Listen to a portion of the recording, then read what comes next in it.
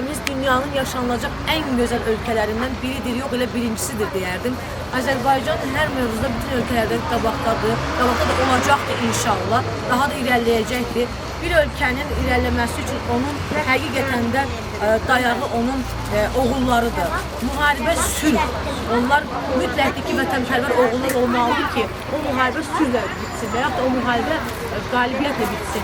Biz bu müharibəni sizin kimi oğullara, sizin kimi, siz necə biraz öncə vurguladınız ki, müəllimlər yetişdirir.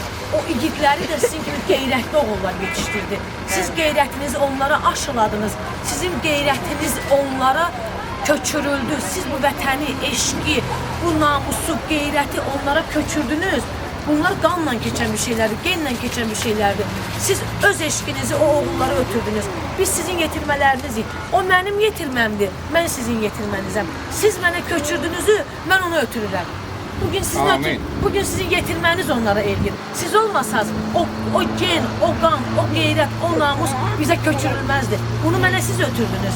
Mən sizin mənə etdiyinizi, sizin mənə miras qoyduğunuzu, o mirası ona köçürürəm. Sizin verdiyinizi ona verirəm mən. İndi gəlin. Mən sizin əllərinizdən öpürəm. İndi gəlin mən bu nəvələrimin yanında, siz də keçin arkaya qoyun. Elə mən də sizin yanınızda. Mən belə, xeyr, mən gələcək nəsillərimdən ötürü diz üstə duraram. Çünki onlar, bu mənim ürəklərimdir, mənim gələcək nəsillərimdir.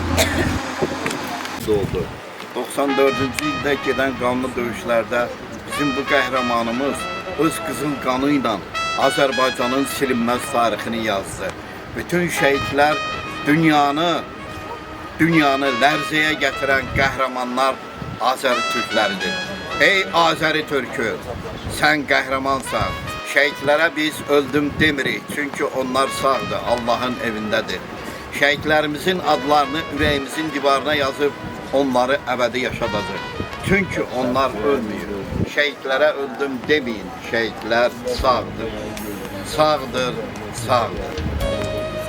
Ruhun şad olsun, bəxtiyar.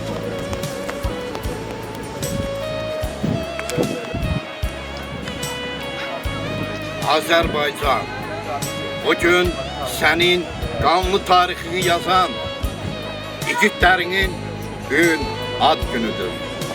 İgidlərin göylərdən baxıb səni izləyir.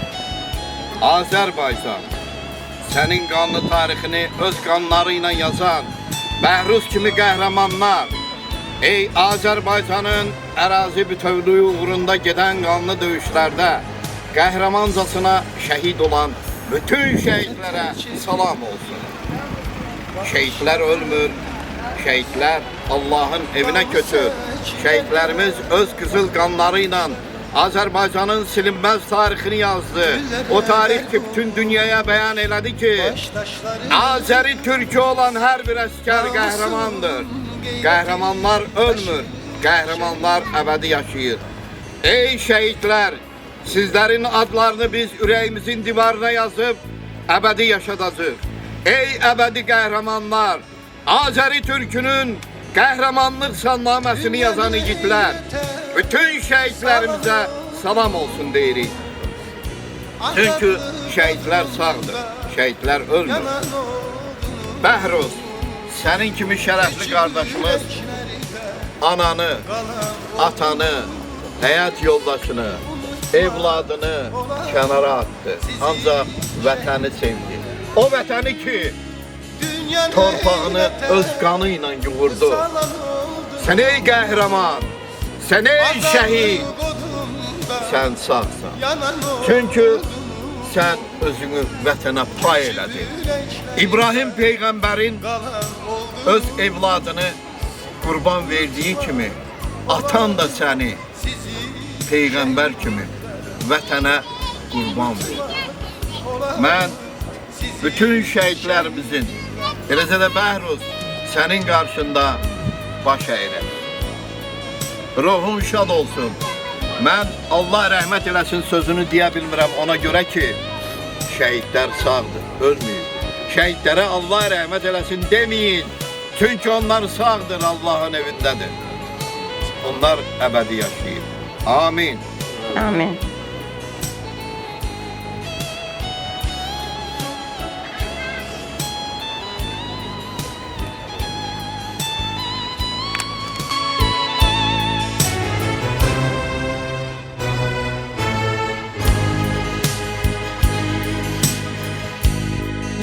köksünüzü namert güllesi dondu dininize vətən nəğməsi din diyanaları ahun aləsi akar gözlerinin yaşı şehitler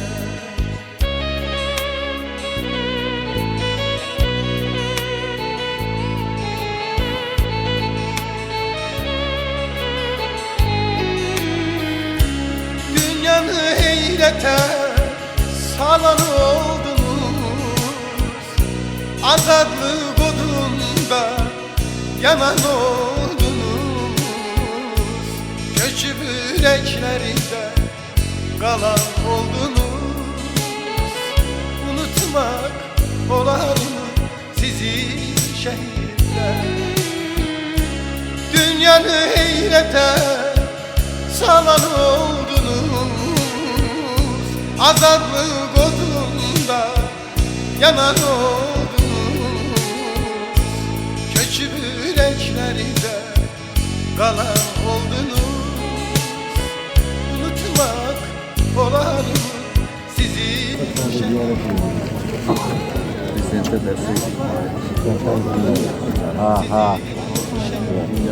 Azərbaycanın ərazi bütövlüyü uğrunda şəhid olan bütün şəhidlərə salam olsun.